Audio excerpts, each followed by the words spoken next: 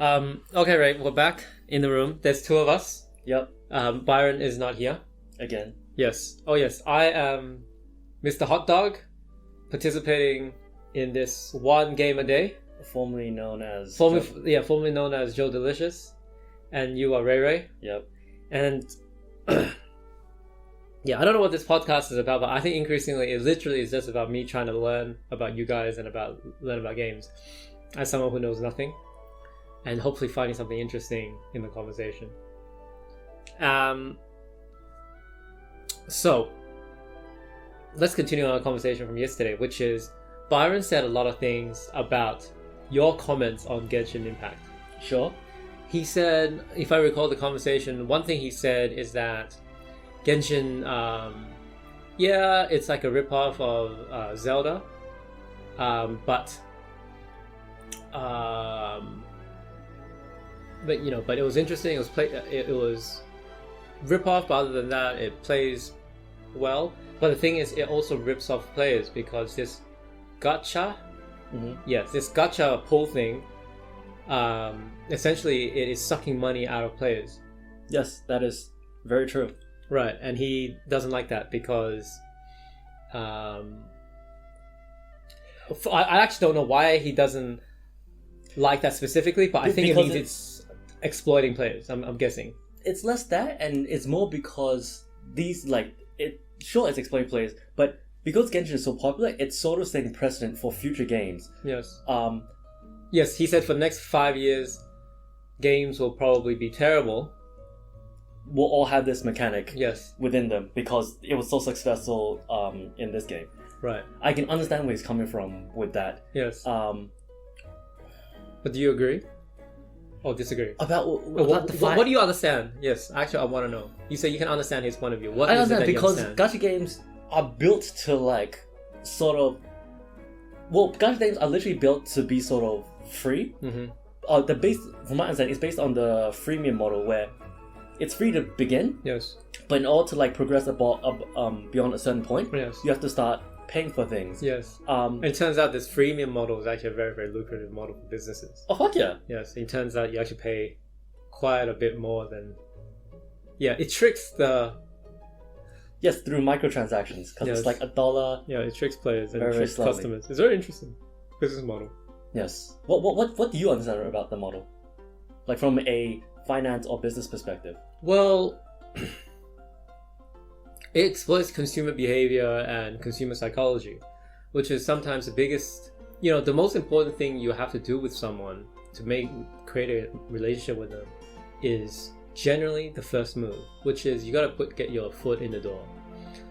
After that, it's very, very difficult because human beings have this innate need to try to understand something that they feel like they don't know or don't understand. I mean, so for example, when you walk into a room that you've never walked into before, right? Mm-hmm. You don't just go, ooh, I don't know anything about this room.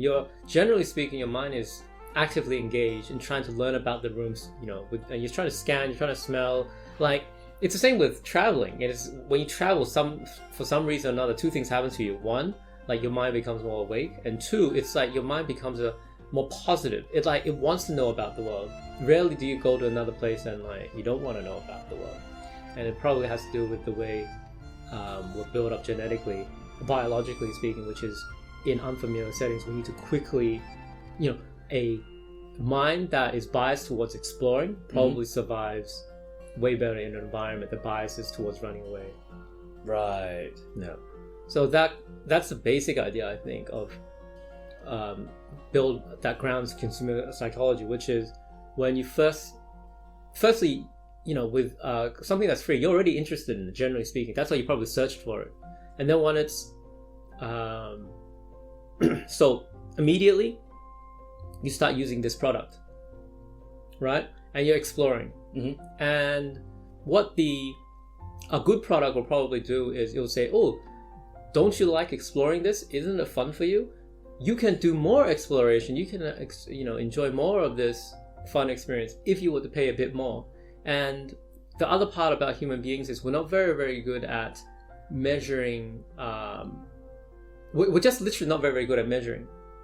Like, we might think we are. So, for example, compound interest, we're terrible at it. Mm-hmm. You know, we just fundamentally don't understand that as a species and as a society. Which means, what is compound interest?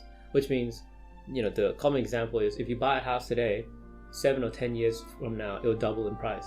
Mm-hmm. Systematically, we don't realize that is often a worthy trade relative to a lot of other stuff that we do. For example, credit cards, which costs 20% interest. Like, a lot of people are indebted in credit cards for the rest of their lives because even though they might think, oh, this credit card bill is only like $10,000 or $20,000, it compounds. It compounds ridiculous amounts.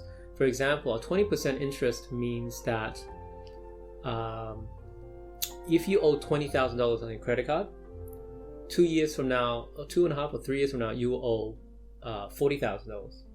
Oh, doubles in that time. Yes. The idea is it's the percentage. So it's 70 divided by the percentage for it to double. So, for example, if it's interest of 35% a year, it doubles in 2 years. Yes. Right. Something along those lines. Yes. So I'm actually probably not even getting the math right. It's probably way worse than what I'm saying, which is it's not. If you owe $20,000 now, you're going to end up owing $40,000 or whatever in 2 years' time. It's probably way worse. So, because even in my mind, I'm not very good at computing what is the true cost. Now, so we're not good at estimating growth of numbers, and we're also not good at estimating or having an idea of the impact of small costs on us that quickly can build up. So one example is freemium model, which is at the beginning just spending $1, yes, and then another $1. But the equivalent model of that going wrong, or scenario of that going wrong, is a casino, which is you bet $1, and then suddenly you walk out and you realize, oh my god, I'm down like $1,000. Or for some people down 10,000, or some other people that have no self-control, a couple of 100,000, a couple of million sometimes. I mean, the gacha business model is often compared to a casino. Yeah. Where you put it's a very constant flow of maybe yes. It's the next one. Yes. Yeah. And that's just putting in money. The other thing that you're putting in is time. Yes. And that's also an issue of self-control problem. But I would say it's not an issue of self-control. It's more like your body biases towards exploration. Mm-hmm. So it makes sense that your body would want to spend more time. So all of that time is being spent on exploring. So that's why. Why? Because we believe inherently that exploration is beneficial? That's what I'm trying to say. Which is, there's a biological explanation for that. Yes. Just do anything new, Ray. No, I At understand. the beginning, you might find it very, very tough, but that's just because you're anchored. It depends what type of personality you have. If you're not an open person, you probably don't like to participate and experience new things. But if you're such a person that likes to experience new things, it's very, very easy for you to understand what I'm saying, which is you participate in a new thing at the beginning. It's very, very difficult, but it doesn't stop you.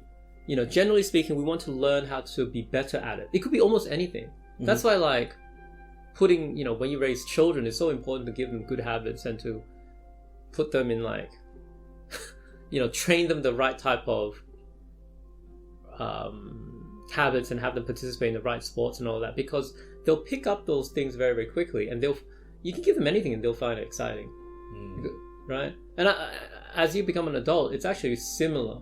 It's not that different. We're still curious people by nature. It's just, we're probably anchored on we have a lot more habits and beliefs that we didn't have as kids. The way to think about it is, an ignorant person, if you put them in front of anything, just pure ignorance, they don't know anything, they are not arrogant. Right.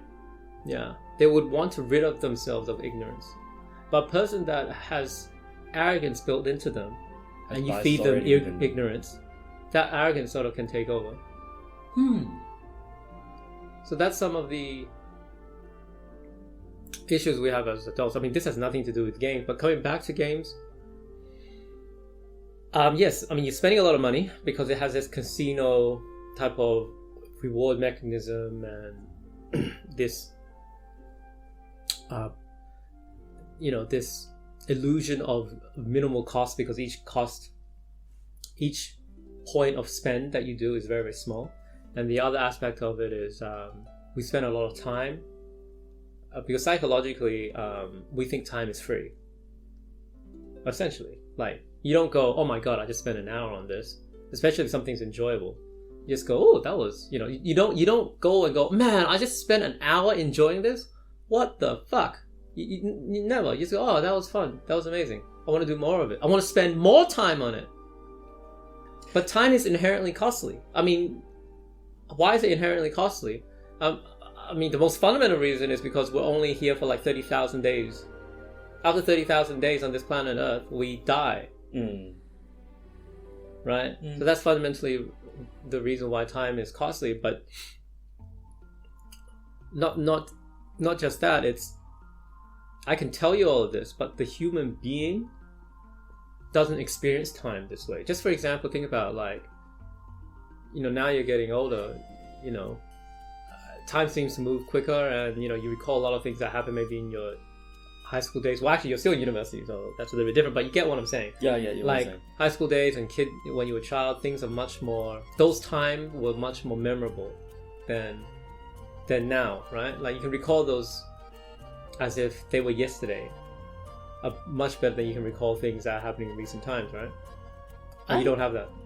I don't. Maybe I do. I just haven't like felt that yet. Right. No, that's good. But part of that reason is biological. But another part of it actually has to do with when we enjoy doing something, our mind switches. Mm-hmm. It can slow down at that moment that you enjoy. So, Right. for example, when I play table tennis and I really need to play, time does slow down for me. Like, because I'm watching the balls come. Like, I can feel my eyes and my mind being much more in a state of just concentration, and I can feel the time slow down, literally. Right. Like when I say literally, I guess it's metaphorically, but in my mind, I can feel it because I can see the ball coming at me almost in slow motion. No, I think I understand. Yes, where you're coming from. and when you look at, but for me, those are times when it's points of enjoyment. It's a period of enjoyment, and when I'm concentrated like that, I can sort of look back on that experience and recall it and sort of play it back in my mind. So there's two things really that's going on, which is they talk about flow, right? Like the best way to learn something is to make sure you're in a state of flow. And a state of flow is, in psychology, is a state where you're participating in something that is not too difficult and not too simple at the same time. Because if it's too simple, you don't learn anything, you get bored. If it's too difficult, you give up. And when it's just at the right level of difficulty for you, then you're in a state of flow, and then you're learning, and time can move very, very quickly. Right. But you're learning a lot, right? I don't know if you can understand, but that's the best way to learn in terms of models to teach people. Okay. Right. In such scenarios, time can move very, very quickly, and you don't feel like you're wasting time, right? Just like if you have a lot of money, you don't feel like you're sort of like wasting money. Like if you don't have a lot of money, you feel like you're wasting money. If you don't have a lot of time to do something, you'll feel like, oh my god, I'm really wasting time here. Yeah. No, I understand that. Like Right. before deadlines, I feel like I'm looking at my time much more carefully than like any other time.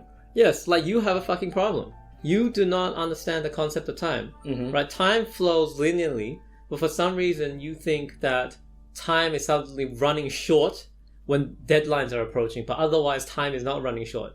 It's it's personalized towards you because time flows linearly. I mean, maybe not Einstein wouldn't say that shit, but basically time flows linearly, which means today 24 hours, tomorrow 24 hours.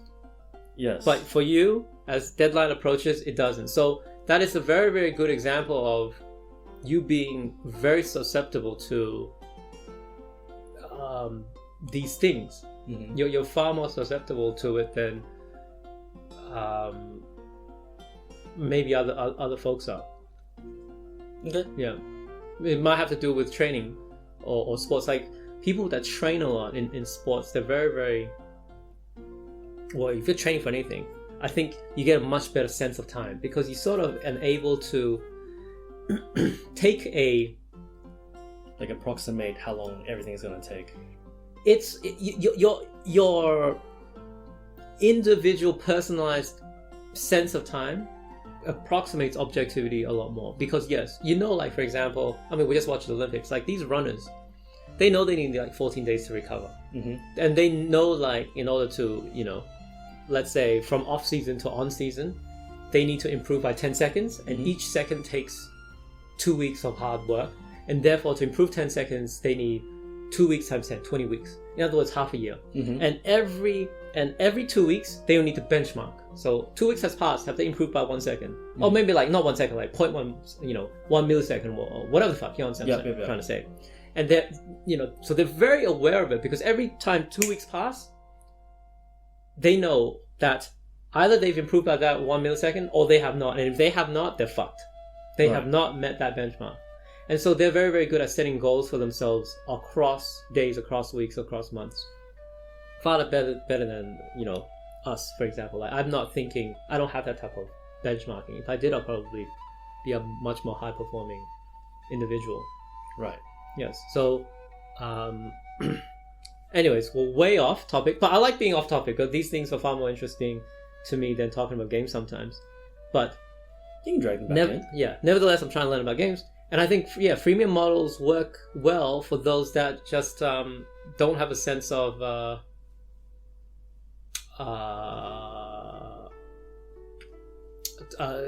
time and money, and that is most people. In fact, that's probably everyone, especially those that are addicted to playing video games, right?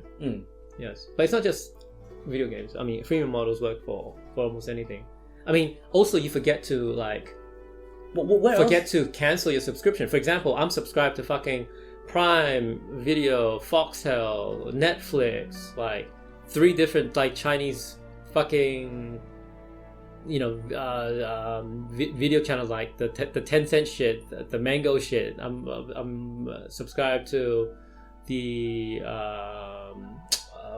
like 2 podcasts. Do you engage with these like often? No, I'm subscribed to Spotify, all types of stuff, and I just forget to cancel. It's not that I forget to cancel. It's like in my mind, every one of them just doesn't cost that much. But then if I package it together, it's probably a couple $100 a month that I'm just paying for this sort of stuff. So what am I supposed to do? Do I cancel or not cancel? But sometimes I want to listen to something that's on one of these things, So you're justifying the cost. The cost of being subscribed to all these is worth it to you. I don't know if I'm justifying the cost. No, I know I can afford it. Isn't that also justification? Like, I can afford it. I can. Yes. Yeah. Well, at least I feel like I can afford that. That is true. So maybe I'm not being rational. So yes. So someone who is like me. Okay, if people can hear background music or background sound, it's actually but it works. You can see it works on me, right? It works on me. I definitely use these services, I might add. But here's the thing, right? What is Spotify? $15, right? Right. $15 a month, whatever it is. So it's like $200 a year. Right. If you went to me and suddenly said, "Hey, look, there's this music. Pay $200 a year and you can listen to it, and then you can listen for the rest of the year," I probably wouldn't do it. I'm like, "What, motherfucker? That 5 minute of, I'm not gonna do it." But you say, "Hey, look, it's only $15. Yeah. I'll be like, "Yeah, okay," and then they'll say like, "You can cancel next month." Yeah, and then next month come in, I'm like, "Oh, there's something else I want to listen to." So that is also in finance is super important. For some reason, $200 upfront is not equal to $15 per month. But in finance, we all know that's not true. There's an idea called the present value model, which means I'm not going to bore people with this, but wait, but that is in my mind, that is the complete opposite of like delayed gratification, which is like if. Actually, no, I think it's too. No. You think so? Yeah. No, it's very, very interesting, right? So it's the other thing. You're saying, "Hey, I'm going to delay my gratification. Instead of spending $200 now, I'm going to spend $15 now because I'm a responsible person and I want to, apply this idea of delayed gratification. I don't want to spend $200. I know it's a bad idea. $15, perfectly fine, right? But for some reason, one does not cancel their subscription after a month. They just keep rolling it along. And the psychology that I have is, $15 isn't that much. I probably will use it sooner or later. And it's true. Like once or 2 months, I do use it. I do go back to Spotify. I do use these things. Sometimes there's an interesting show that someone might have told me about, and I'll take a look at it. So it's true. But if you really think about it, I have fucking Foxtel, and if I pay like $60 a month, I get every fucking channel. Why the fuck do I still need all these other video subscriptions and shit? But I pay for these other subscriptions. And do I ever watch Foxtel?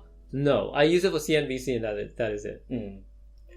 I mean, okay, I can see this from a game perspective, because, like, with, let's say, like, a monthly subscription, actually, Brian would be better at talking about it, because he does actually pay a monthly subscription. But I know, I've done the monthly subscription on Genshin before, and it's... What we should do is create a service and charge people a freemium model. if you can, like, figure it out. Yes, but keep going, I'm sorry. No, because I've done the monthly or fortnightly subscription before. In fact, I remember I used to be on Twitch. Do you know what Twitch is?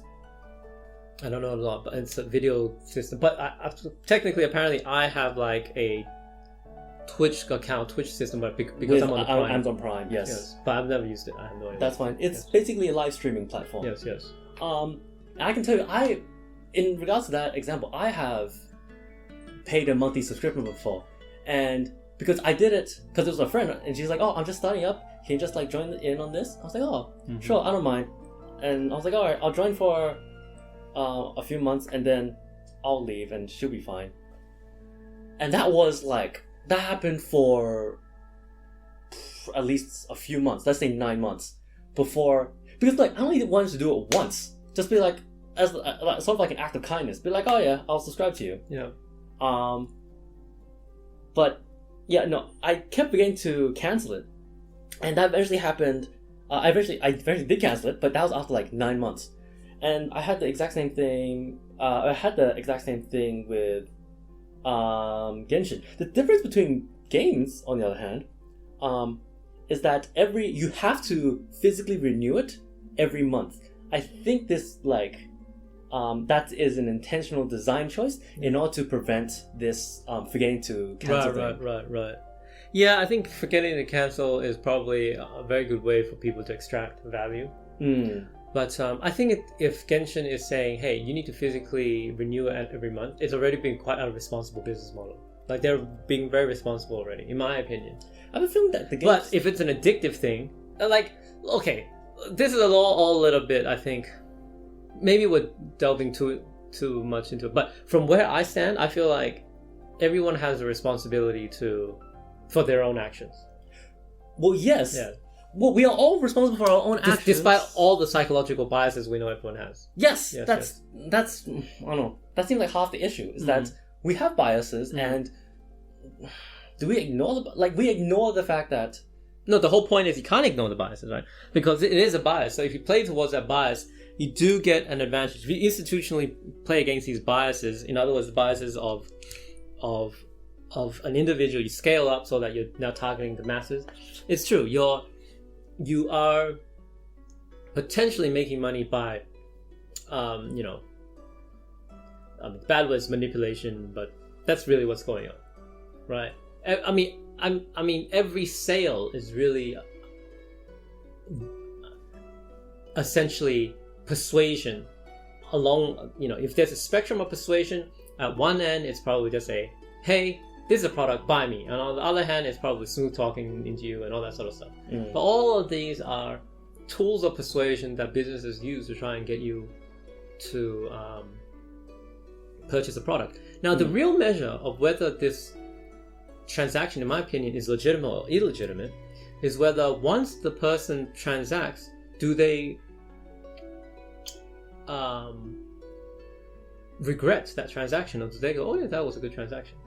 Okay, with that, with say these, I'm just gonna call it the gacha game model. With these gacha game models, you play for a certain amount, and as you said, you have to, unless you reach a certain point, and then you need to pay either in time or you pay in money.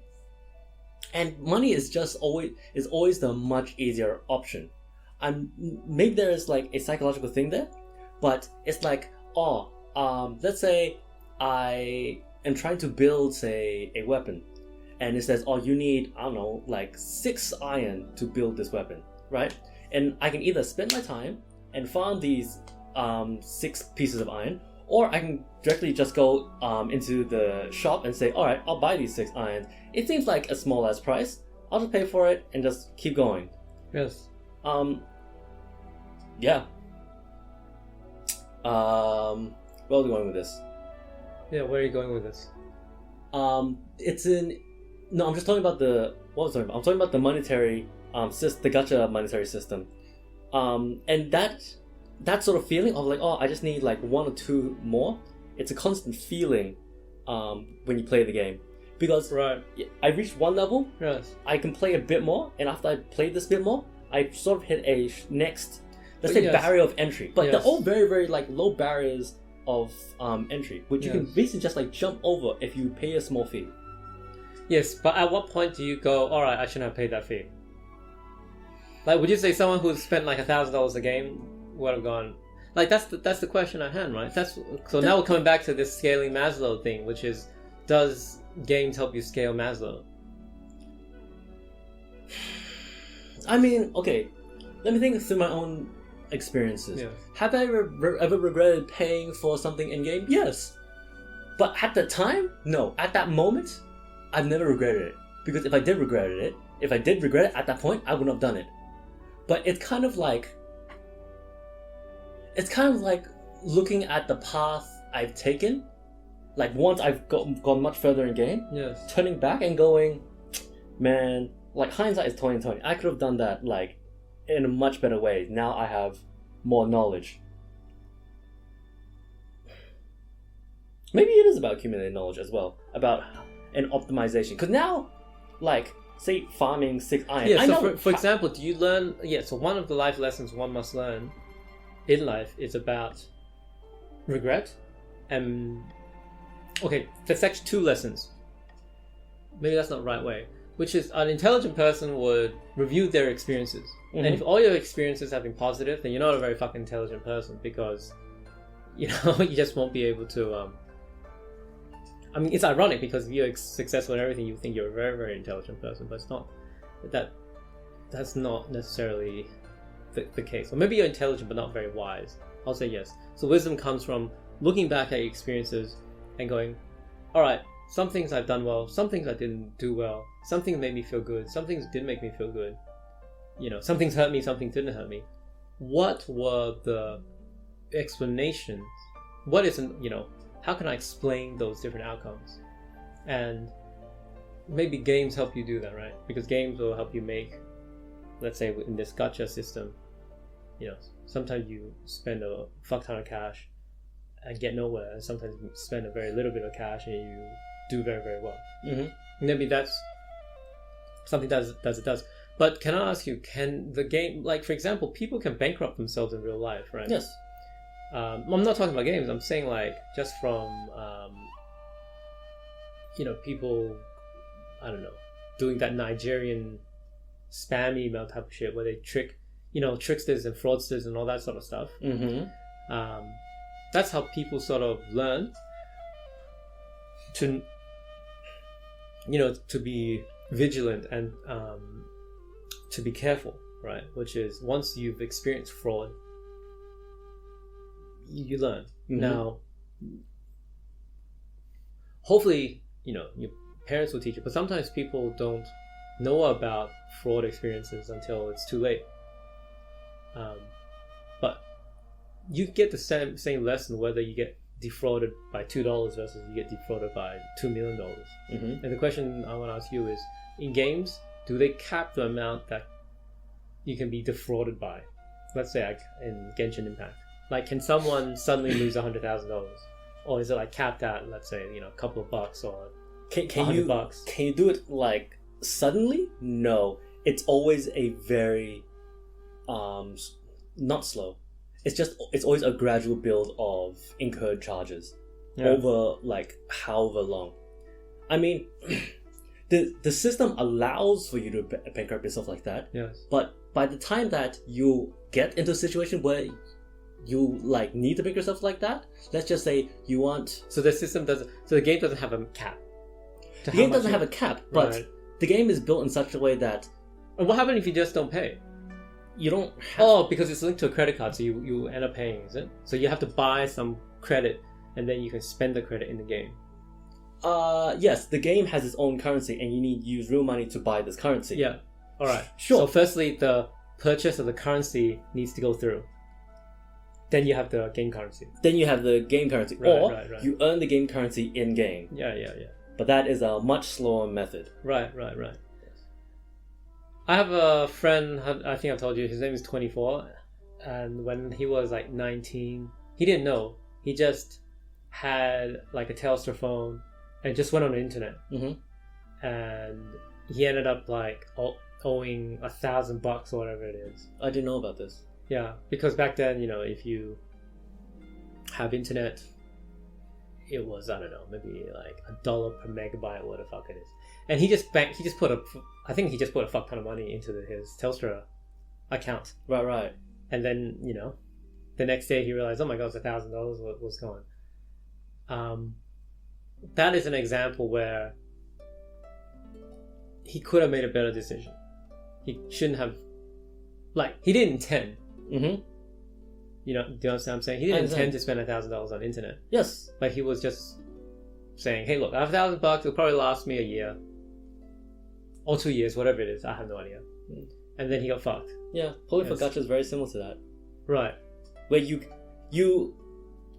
pay an increment. Say you pay like $40. You do your pulling or rolling. Yes. You don't get what you want. You go, Yes. all right.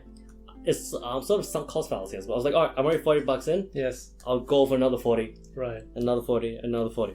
That can happen, but by the time that you've incurred, like say $200, Yes. you probably already got what you wanted from your gacha.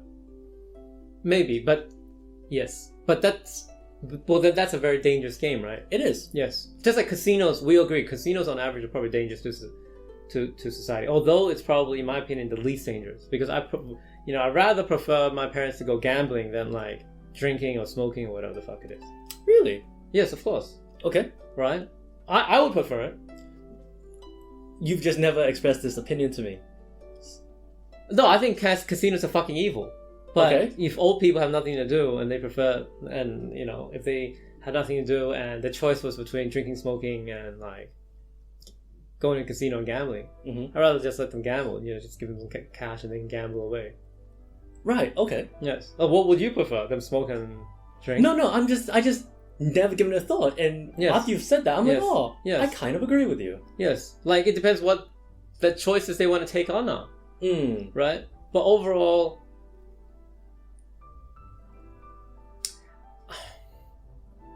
I'm not convinced casinos serve a public good, but but there's this idea that a government that has a casino can raise taxes because people need to gamble, and you might as well give them a venue to do it. People need to gamble? Yeah, for example, the largest contributor of tax in Hong Kong is the Hong Kong Racecourse. Hong Kong Right. Jockey Club. Right. Contributes more tax than any other institution in Hong Kong. And Right. it funds more charities than any other institution in Hong Kong. Alright, so if some people just need to gamble, they'll find areas of ways of gambling. Because gambling is about taking risk, right? Sure. And I reckon those that and I know a lot of people that are successful in the business world who used to gamble a lot. And I bet those that are successful in the business world that I see, there's probably for every body dead, there's 10 dead bodies, hidden bodies away. Fair enough. I mean, people who are successful in business often like to gamble as well. So, I'm just thinking. I'm trying to figure out where the need to gamble comes from. Like, is it built into very us? good. Like, I would think that. I think instead, my assumption is that people naturally should have a tendency to avoid risk because risk is dangerous. I thought. I mean, I wish I knew more, but I know a lot of successful people that go to gamble, and originally I just thought, you're stuck in a 9 to 5 job. You need to have a sense of winning. You just want to win at something in life. I don't completely follow, but okay, please continue. Yeah, and then so you go to a casino because you're stuck in a 9 to 5 job. You probably don't have enough cash, so you go to a casino and you just say, "Hey, fuck it, I'm gonna roll the dice." I thought that was it. That was the type of people that casinos capture, but right? No, I mean, there's a lot of people that have more money they can do with, and they go into the casino for some type of excitement, sometimes for service, but okay. I feel like there's too many different people. Some people go to a casino to wash, to clean, laundered money. Like cleaning laundered money is a very, very big business in casinos, but that's probably on the higher end of town. There is...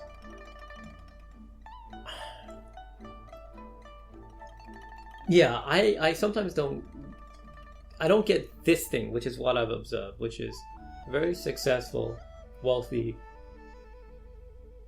folks, and there's two types. One with happy families, but another type with not happy family, and they both go into the casino and they gamble. It's something that it's like their pastime. It's like their pastime, and it's like if you play mahjong or something, I sort of understand because you're playing with people, right? Sure. Amongst friends, but if you go to a casino, you're gambling with strangers. It seems very, very weird. So I don't know, right? I don't know exactly why people go to a casino and gamble. I don't. I detest that stuff. I mean, Zhang and Chris went did poker at casinos, as far as I understand. Blackjack, yes. I mean, Zhang and I also went to blackjack, but that's when those are the rumors I've heard. Early 20s, when it was still interesting and we thought we could make some cash. Right. Like counting cards and all that sort of stuff. But ultimately, I mean, I'm not going to the casino because I want to lose cash. I'm going to casino because I think the odds could be my favorite. Or the alternative is I'm going there just to enjoy myself with some friends. But it's different. There's a lot of folks that just go into a casino and successful people and just go gamble. What, people go into casinos with the intent purpose to lose cash? No, that doesn't sound right. I know it sounds crazy, but yeah. Alright. Yes. They don't mind losing cash. They just, so long they can once in a while experience that big win. Even though they know on average they lose cash. Yeah. They just want that big win. It's like an endorphin hit sort of concept. I think so. I think it's also the way people treat you. Maybe at a casino when you become like a high roller? Yeah, a high roller or a more special client. There might be all that sort of stuff that's going on. I'm not sure. But all of these things, I reckon, is probably in net not a good thing for society.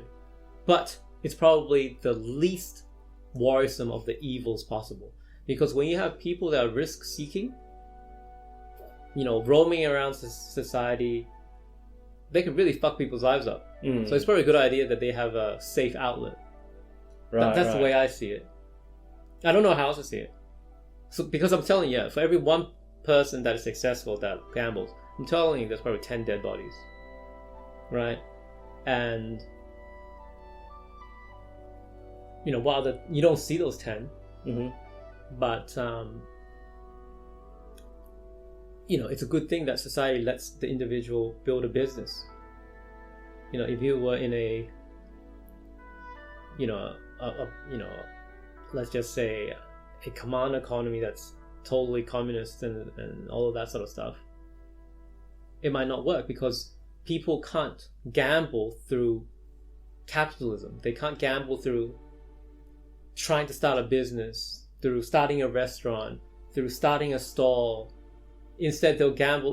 They do a lot of stuff. They start gambling using power, political power, manipulative power, using the social capital instead of using their economic capital. What does gambling using social capital entail? Means manipulation. Means trying to organize a social network to further your power against, further your influence versus some other person's influence. Remember, gambling just means, in my opinion, you are taking what you have and you're trying to make more of it. And right.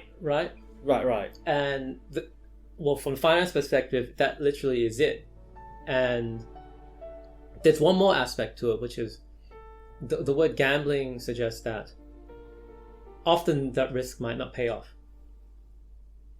And a true gamble, a casino-style gamble, means on expectation, on average, that gamble will be a loss. But let's not worry about that. Let's not worry about whether, on average, it will be a loss or a win. So definitionally, that's the difference between a gamble and a calculated risk.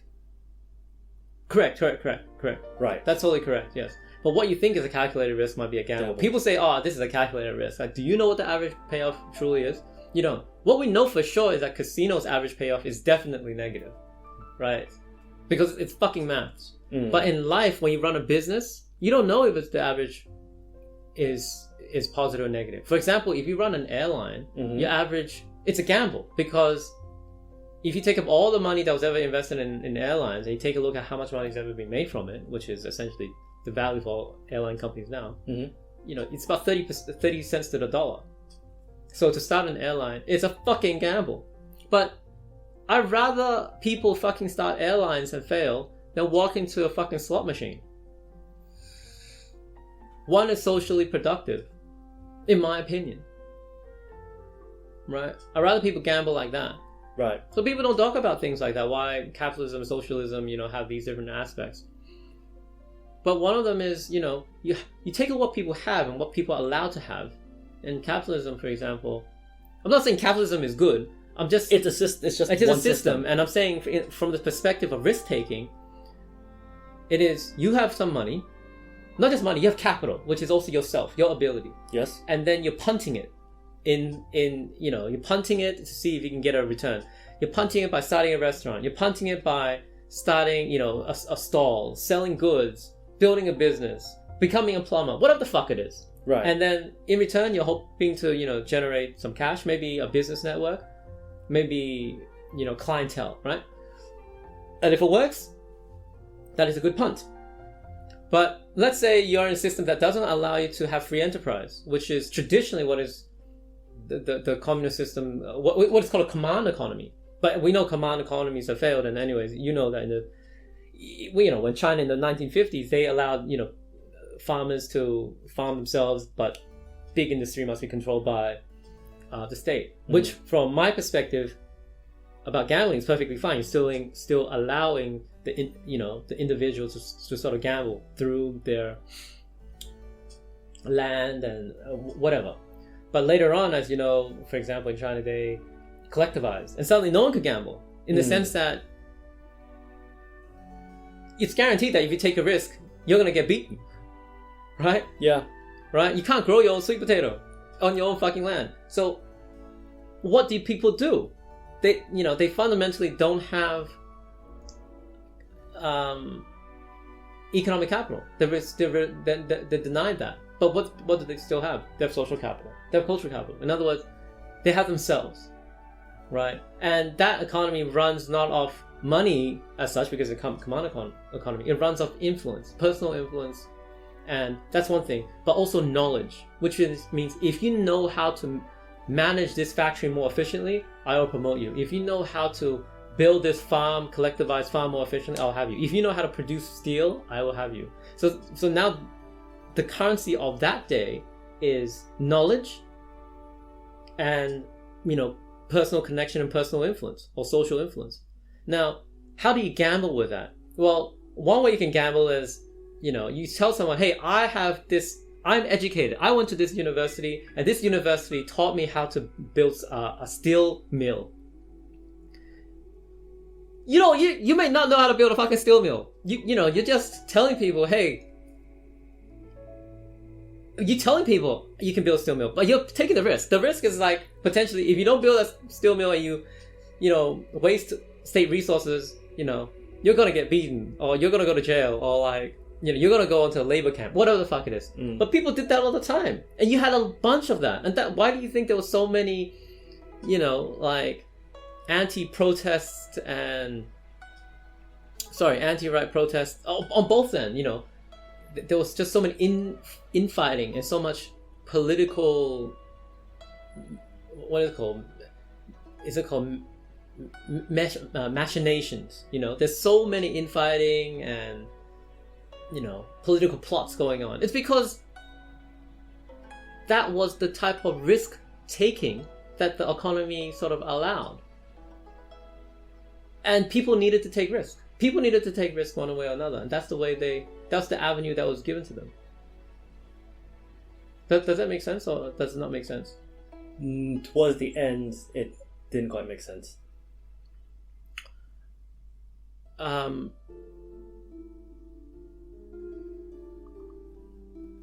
What I mean is, if all you have, let's say you have no money, but you have a lot of friends, right? You still have your own ambition.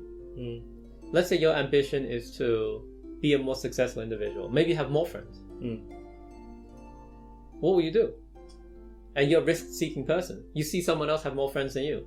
You want to win over some of their friends to become your friends. Yeah. What will you do? You might take a risk. You might tell your friends, hey, look, I need you to spread a rumor that, that other guy is a bastard. He's a liar. He's a selfish man that manipulates his friends so that he can be better off, and his wife and children can be better off, and his friends could be better off.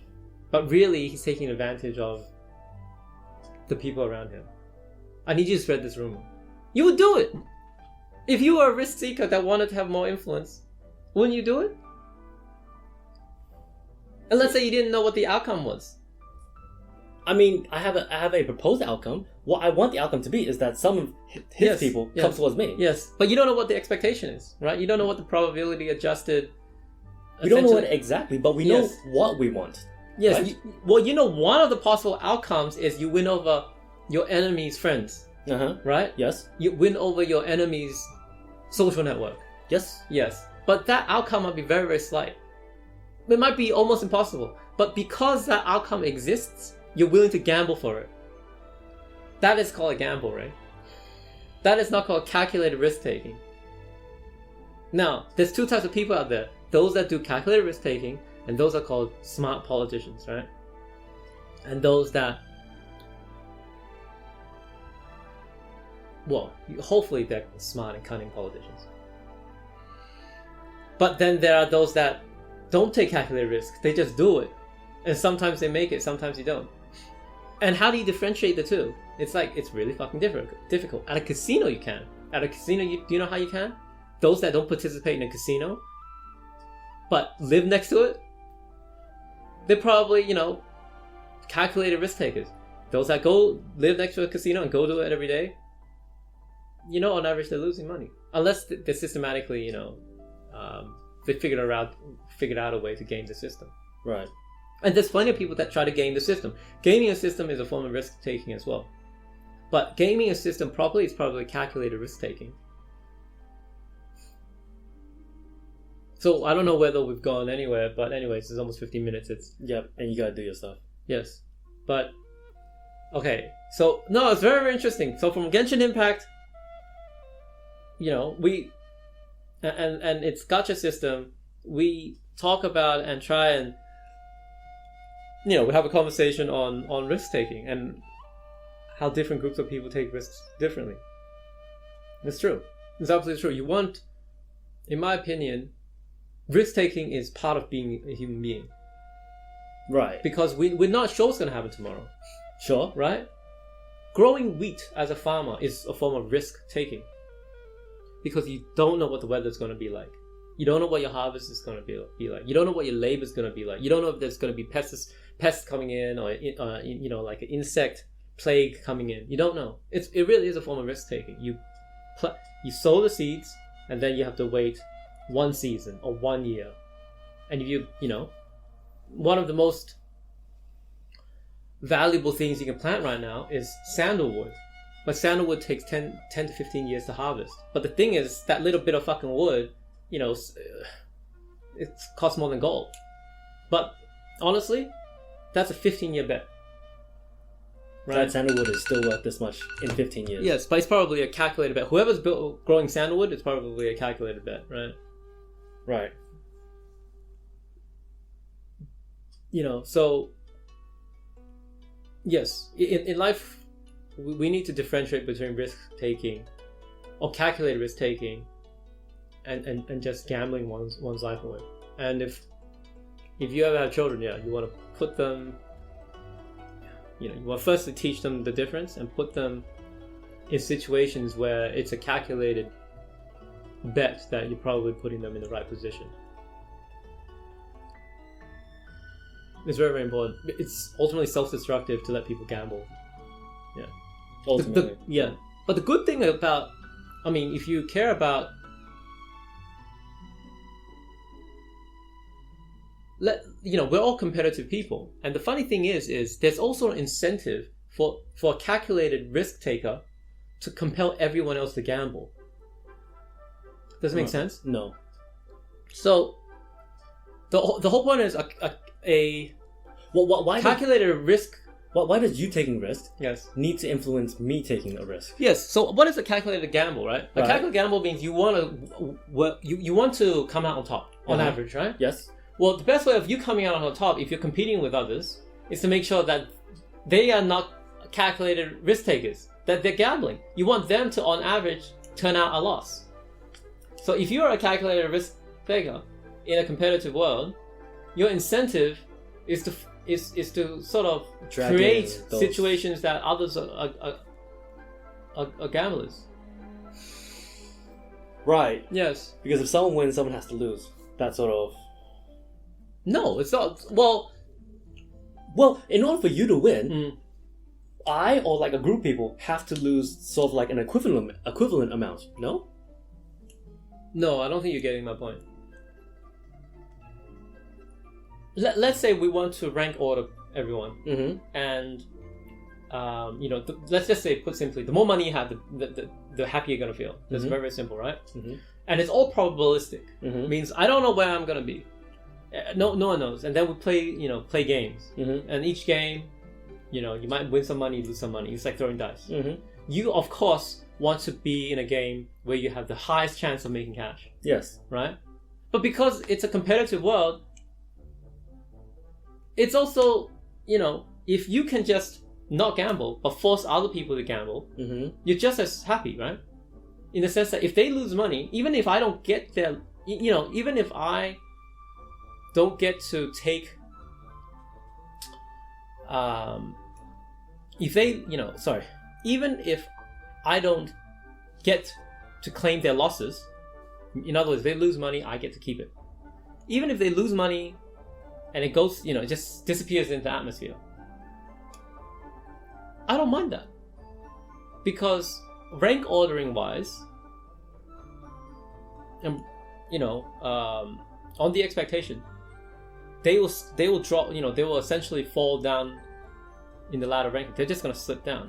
Does it make sense? Not completely. Like, I understand the words that are coming out of your mouth. Yes.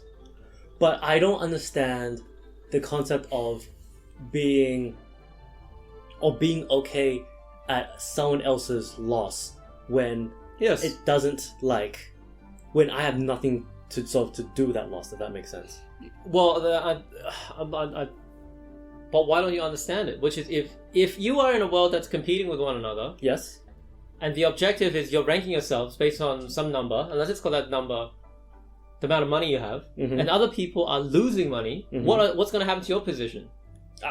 You're going to rise up, right? You're going to scale up, yes, and they're going to scale down, right? Yes. So therefore, this system works just as well, because you're still rising up on the ladder. In that sense, yes. What do you mean in that sense? Absolutely is the case. It absolutely is the case. I understand. In a competitive world, yes, if you don't know how to make cash, yes, right? Yes. Then your incentive is to compel others to lose cash. Yes, okay. I understand where you're coming from. Yes. I think you can understand it logically, but I don't think whether you're getting it in your head. It's very, very important. So, if there is only so much, if there is a shrinking pot of gold, and we all have to share in that gold, you'll understand. A shrinking. Don't worry about gold. There's a slice of pizza, right? And it's fucking shrinking. No, I get the concept. right? I'll be more than happy to keep my slice and allow everyone else to shrink their slice. Yeah, no, I get the concept. I just think internally I'm just not okay with it. Like, I understand what's going on. Yeah, but that's because you have certain moral values and so forth. But I'm telling you, these systems do exist and they are happening, sort of. They exist. They are happening merely because you're not happy about it. It doesn't matter whether you're happy about it or not. I understand. But the interesting part is if you're all. But which one are you? So, but here's the interesting thing as well, which is when everyone is growing, you're perfectly okay with them growing at different pace. But when things are shrinking, you're not okay with it. That thing is called prospect theory. Actually, there's a Nobel Prize in it by Daniel Kahneman in like 2002, which is they talk about how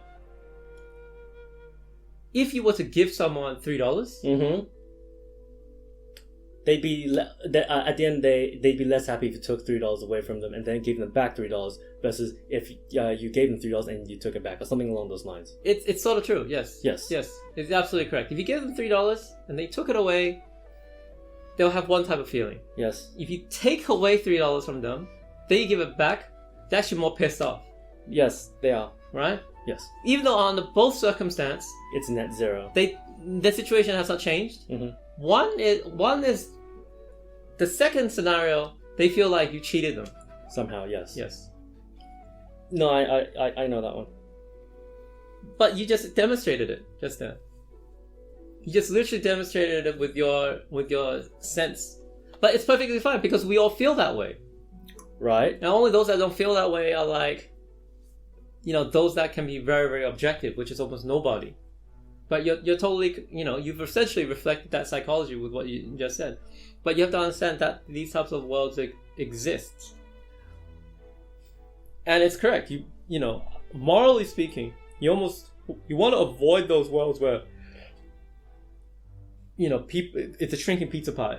You want to, in my opinion, you want to position yourself to be in worlds where the pizza is sort of expanding, and when the pizza is expanding and you're ranked at the very, very top, it just so happens people are more likely to accept you being at the very, very top, and people more accepting of everyone's situation.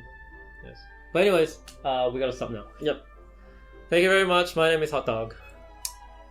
I'm Ray Ray. All right. Bye bye.